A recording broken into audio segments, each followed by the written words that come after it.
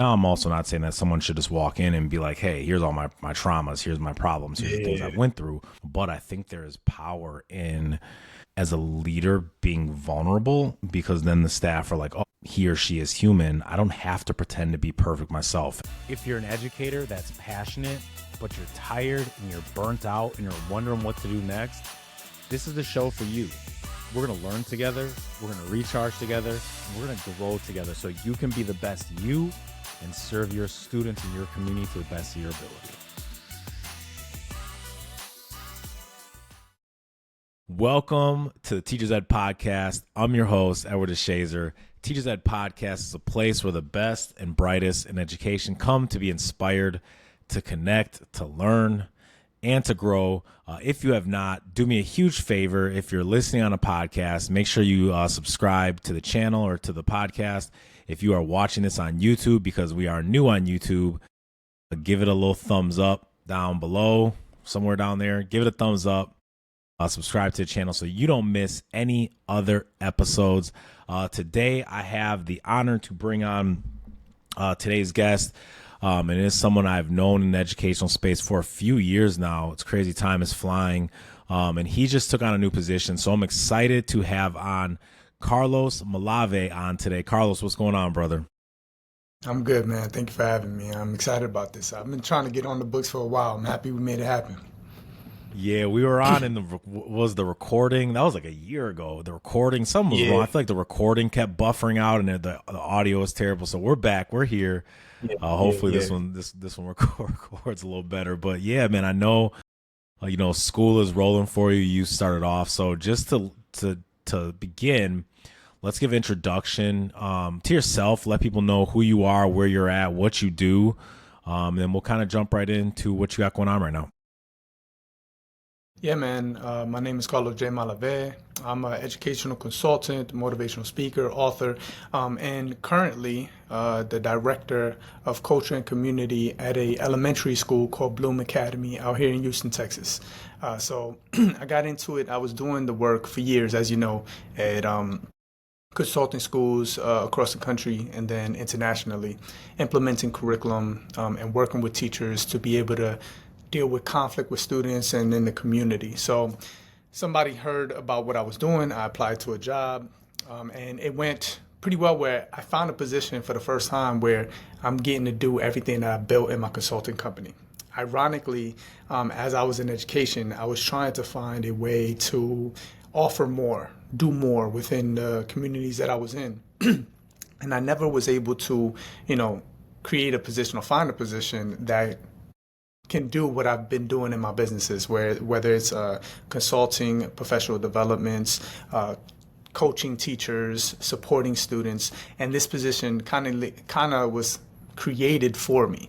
So I'm super excited to be doing it, where I put all my skills all in one basket and able to offer it to this community where I am, coaching teachers. I'm running professional developments. I'm able to work with the students with student behaviors, right? And really bring, change the culture of the school and then try to bring the community together. So just rewind for a second. This was a position that was brand new. So this position was created as you were coming on. Yeah, so it was a position they were trying to create already, and then they found me, and it kind of like it was ideal, like everything that I read the description. It was kind of like one of those things. I read the description, I was like, nah, this can't be. Like I've never seen that. This is what I do for my business, whether it's the schools in New York City and Texas or in Abu Dhabi. Like I was, everything from top to bottom, and implementing curriculum, building the advisory period, supporting teachers, dealing with discipline and changing the culture to restorative. So I was doing the work already. So when I applied, it was kind of like, oh, you do this, and I was like, yeah, I've been doing this, and it's kind of an ideal situation. So it was something that they were trying to change and create, and then when they created it, I had already been doing the work for years, and it kind of like worked. It was perfect timing. They had just created the position before meeting me, and then they met me, and it was like the superintendent was like, oh yeah, this is you. and we ended up agreeing on that, and it's been great ever since. So one of the things I know listeners are listening, or people that are listening are thinking, is every school, one of the struggles they have is when new staff are coming in and you're trying to get them to come in and, flow and vibe with the current staff. So what are one of the things that you did when your staff came back to really get them connecting on that level where the new staff come in and feel welcome, and you are new staff too, so it's kind of like you're trying to get in as well. But what's one of the things that you did in your position to get people back connecting? No, absolutely. I had to lead by example. I had to talk about my mother for you to think about your mother, right? In that sense, right? So the first thing, I used the shock value, right? I jumped in. I got an introduction of all the work that I've done across the country, internationally, and all that. But once I started talking, I was more about the the work that I did, not only in the schools, but that I aligned to my whole lifestyle, right? As a husband, as a father, as a friend, right?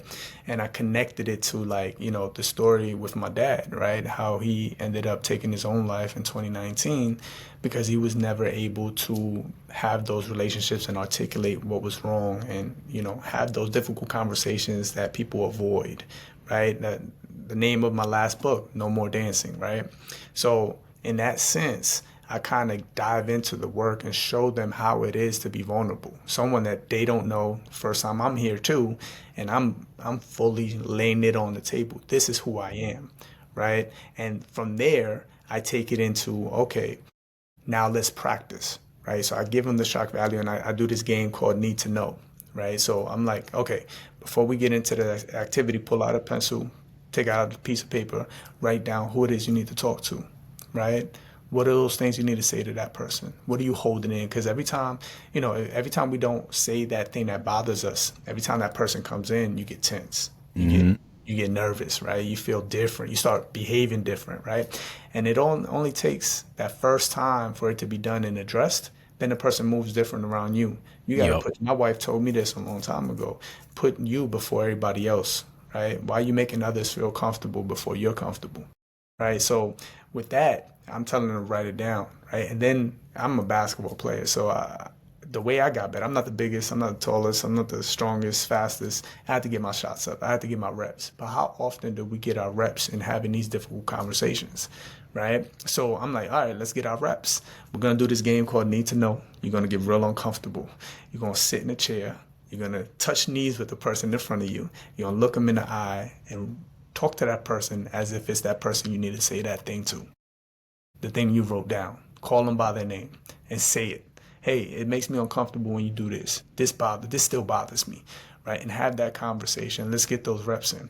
And you see, once they jump into that, the emotions come out. They start bonding. They see each other differently, and then all of a sudden they see that they're not alone, right? And one thing that I'm big on is you can't tell a kid to do something that you're not willing to do yourself. That part. So if you see yourself getting there and seeing how hard it was for you and being vulnerable, now when you put a kid in that situation, you're able to remember this. Like, oh, so I connected to that. After they do the activity, I connected to that. I'm like, okay, cool. So let's put ourselves in those situations. What happened last year for those that are returning, right? For the newcomers, what was your experience prior?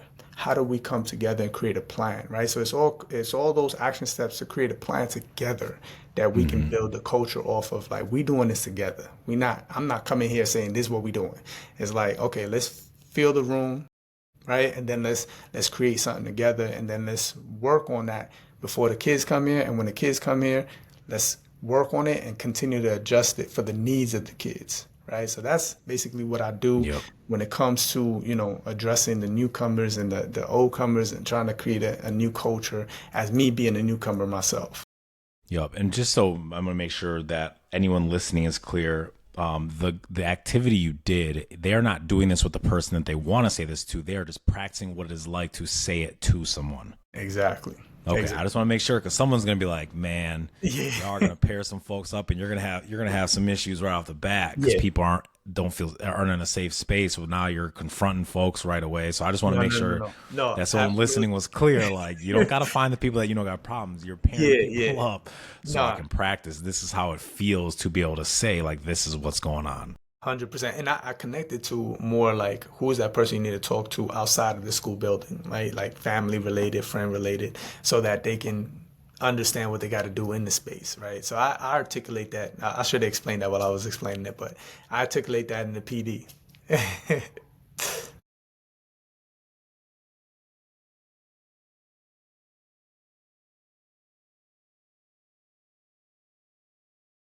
I I think you went mute for a little bit. Now we're back. Yeah, there you All go. right. Yeah. No, I was making sure that anyone listening, there was no excuses. Like, Yeah, because people will hear what they want to hear, and I just want to make it very clear. Like, what he did was he was pairing people up, however they were paired up.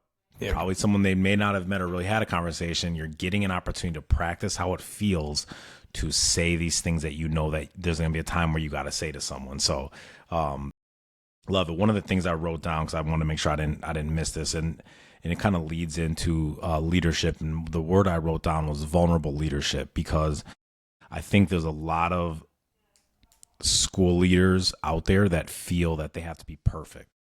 And it's like you got to have everything's got to be all buttoned up and you just got to have it all in order. And hearing that you came in and now I'm also not saying that someone should just walk in and be like, hey, here's all my traumas, here's my problems, here's the things I yeah, went through. But I think there is power in, as a leader, being vulnerable, because then the staff are like, oh, he or she is human. I don't have to pretend to be perfect myself. And there's one thing that, when in a school, when people can take their mask off, I think people grow, they get more comfortable, real relationships are built. So what are some of, what does leadership look like? I obviously came in, you were very transparent with some of the things you've went through, some of the challenges, like, this is who I am. Like, I'm not going to come in here and pretend I have it all together or I've always had it together. But what is leadership in a school in 2025? Because I feel like it's changed a lot. What does leadership in a school look like to you in today's day? that's a great question. I think it should be authentic. With everything going on, is finding your authentic style. Like, this is the way I do things. My personal experiences has led me to this position where I'm able, and the person that brought me in wanted me to be that type of person there, right? Every school is different, and every culture and every community has different needs, right? So I think being authentic to it is the biggest thing with everything going on in education, in our community, in our country, in our world. I think the biggest thing is just about being authentic, and we're getting closer and closer to people just, having certain experiences that now that they're in leadership, they're like, oh, wait, let's let's get better. Let's get real. And I'm seeing more of that. And even you, like, I follow you. I've been following you for a couple years now. We've known each other, and I see the way you're going about being an administrator of a school and just being your authentic self, right? And aligning it. Like, I'm very big on alignment and continuing to work. Once again, we are not perfect by any means, right? Yep. We're just trying to have these conversations to encourage people to, do the same for their own situations, right? We're just aligning it to the way we are in these school buildings is the way we are with our partners, with our friends, with our children, right? And that is what authentic leadership should be. When I walk out the building, the kids can see me be the same person everywhere that I am. Same thing with the staff. And I think that's what we're leaning towards. And I hope, we continue to go that way because I think it creates a good environment for not only the students, the staff. Yep. And someone that's listening, like, hearing, because there's someone that just moved into a position at a school they've been at, and you don't have to get in there and pretend to be the person who was there before you. Like, you got that position because it's you. And that is something that, people just have to remember and I think that's kind of my challenge. That's why when you were talking about the position, I love that it was a position that was created, because I think one of the biggest challenges in education is we do it because it's just what it's been. And that's why it's 2025 and we're still doing stuff from 1995 in some schools, because everyone's like, well, the last person did it and the last person before them did it. And it's just like, we have this cycle of, stuff that hasn't worked, but we're still doing it. And it's no different than, someone walking into a new position right now. Like, you're in that position, be yourself. Yes, there are some things that the other person did that were probably great, but if it's not you, do the position the way you would do the position. Because when you start, getting in positions and you're trying to be, someone you're not, it becomes uncomfortable and it's not real. And I think that is just critical today, is people want people that are real. And they don't want, like, we've went through, the people that pretend to be, this or pretend to be that, or like, I become a new principal and I'm like, well, the last principal, this is all the things they did. And it's like, that's like, I'm stretching myself. I'm not speaking to me about me personally, but you're stretching yourself because you're being someone that you're not. Yeah. And the more people can get into these positions and be their authentic selves, I think the better off they're going to be. And that's where school environments grow, because your coworkers know who you were before you got your promotion. There's a principal that I was just working with, and she's been at the same school for 30 years, and very, like, I was very impressed with some of the things I saw. But I think it's something when someone was a teacher and then they become a principal, because, like, I know who you were as a teacher.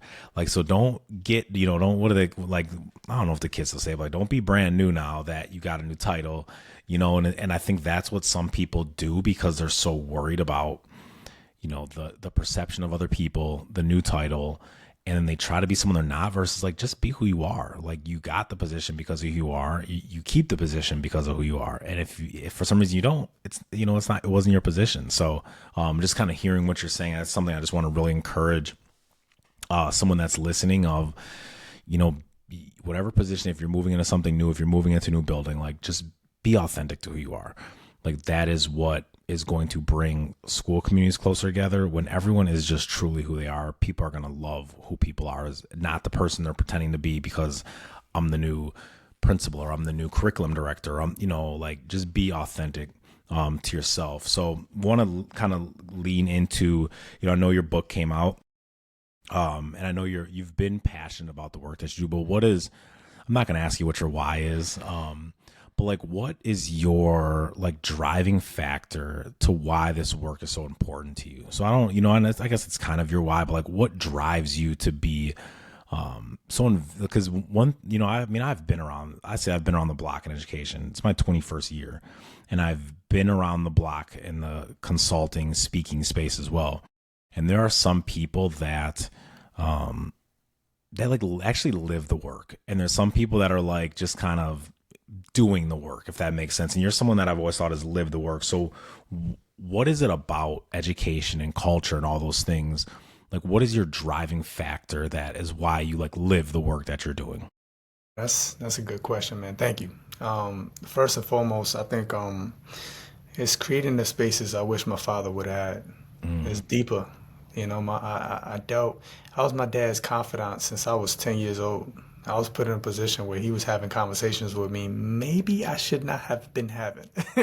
And he was coming to me to ask questions that maybe I was not ready to answer, but somehow I was able to advise him and support him. So with that, I was given a gift, it was my journey. And I think, I've always thought, what if he would have had the support growing up? What if he had more male influence sooner in his life? And as this in being an educator and being in education, we don't see men until we're old enough to get disciplined, or sports.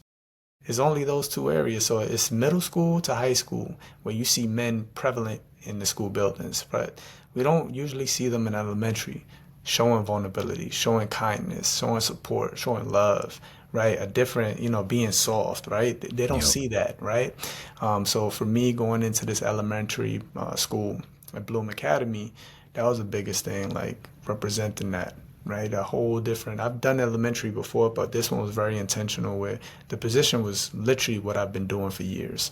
And I get to focus it in one community, right? Now, truly I want to support. I see my father in these students, right?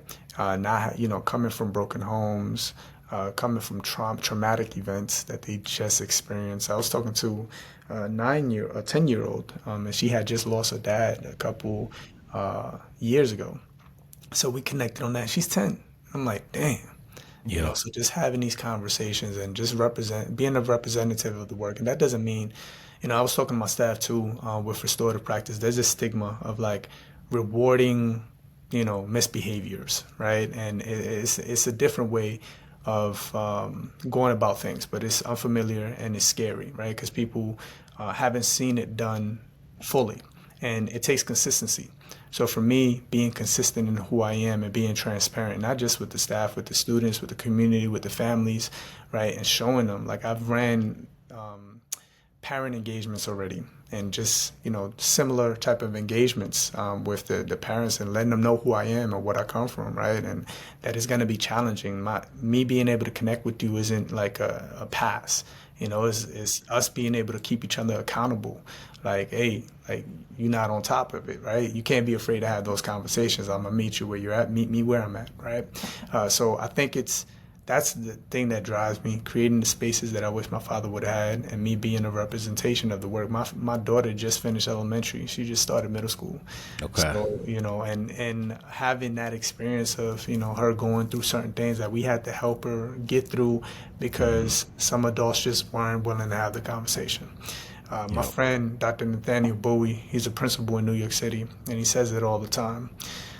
The worst students are sometimes the educators, Yep. because they just got through and they didn't have to address certain things. So when they're dealing with particular communities, they can't connect because they didn't have to address things in their own situation. So you have to address the teachers to then address the students to help the student get where they need to be.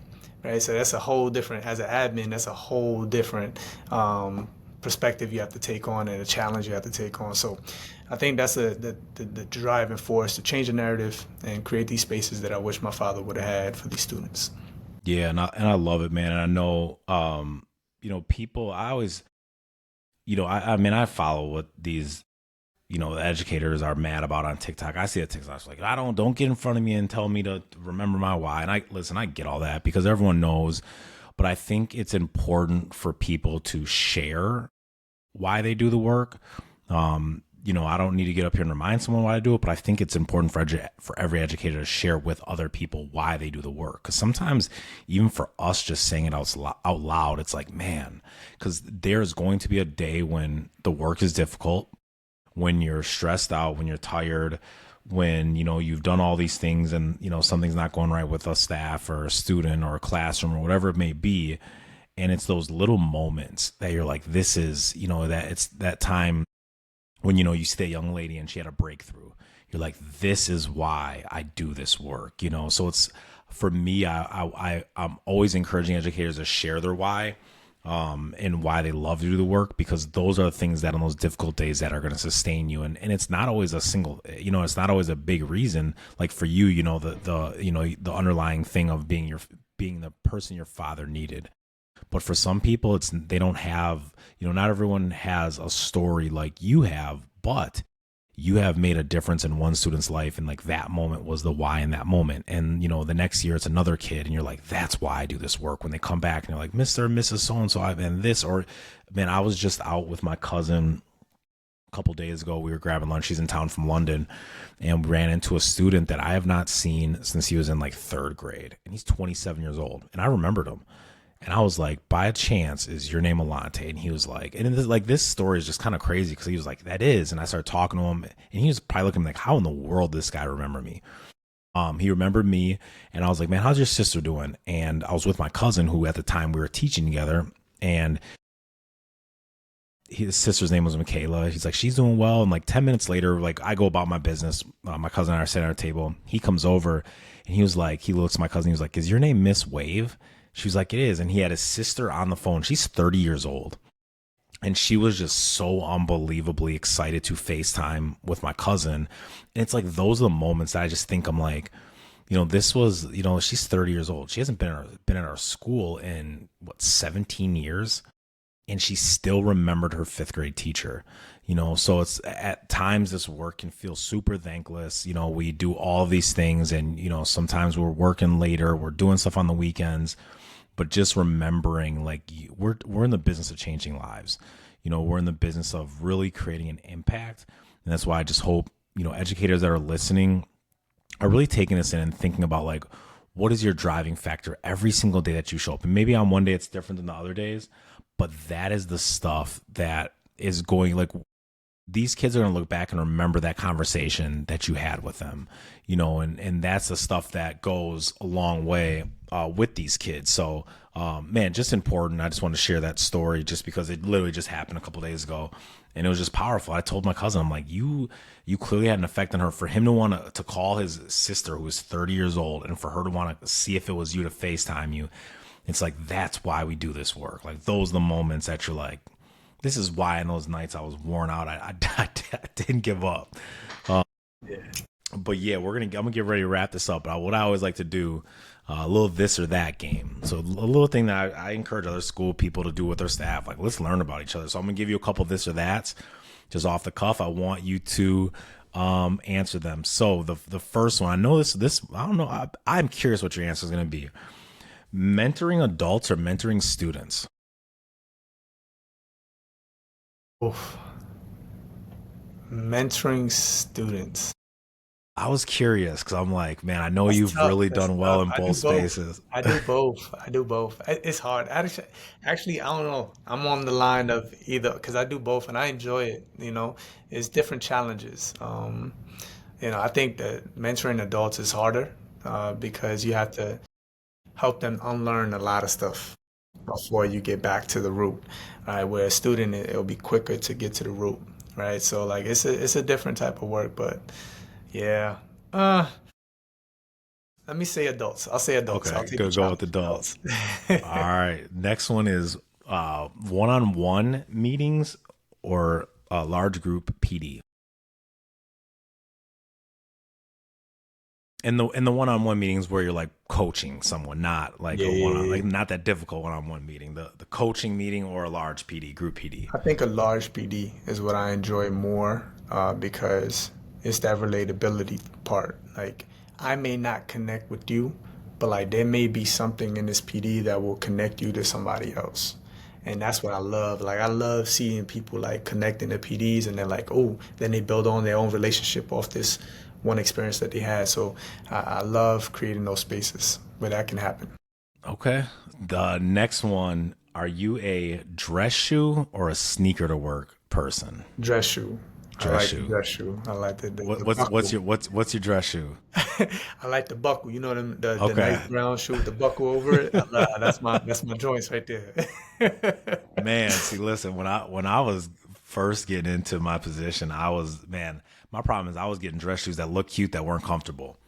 Yeah, So it yeah. was rough, man. By the end of my day, my feet were hurting. I was like, nah, That's let me true. just stick with it. Let me stick with the sneakers these days. You put some good slacks on, some sneakers, Yeah. and I don't know. So yeah, I'm more of a sneakers guy I'm these I'm days. getting there to the sneakers too, cause I'm an addict when it comes to basketball or sports. We was right after our PD, we had lunch break, and the ball started bouncing, and all of a sudden, 10 minutes later, I'm in a full sweat, button down with some church shocks on, the buckle shoe on, and I'm shooting fadeaways. I'm like, oh my God, why did I do this? Yeah, with the wood bottom, so there's With the no grip underneath bottoms, them. Yep. 100%. All right, I got two more for you. Best movie of all time. So So it's why not you even do a that this or to that. Best movie of all time. He got game. To He me, got he game. got Okay. game. Because the relationship with the pops, Jake Shuttlesworth and Jesus Shuttleworth, like that relationship was like hard. It reminded me a lot of mine, like the way they bump heads. But at the Okay. end, it was understood like that was love. You know what I mean? No matter what the pops ended up doing, the mistakes he made, like I had to find it in my heart to forgive so I can continue to grow. So like that movie hit on different. Maybe I shouldn't have watched it when I watched it, but I watched it very young, and it was one that stayed with me to this day. That movie hits. Okay. Um, Best, I won't say rapper, best music artist. This last question, best music artist. If you could one music artist, you can only listen to one music artist for the rest of your life. Who are you picking?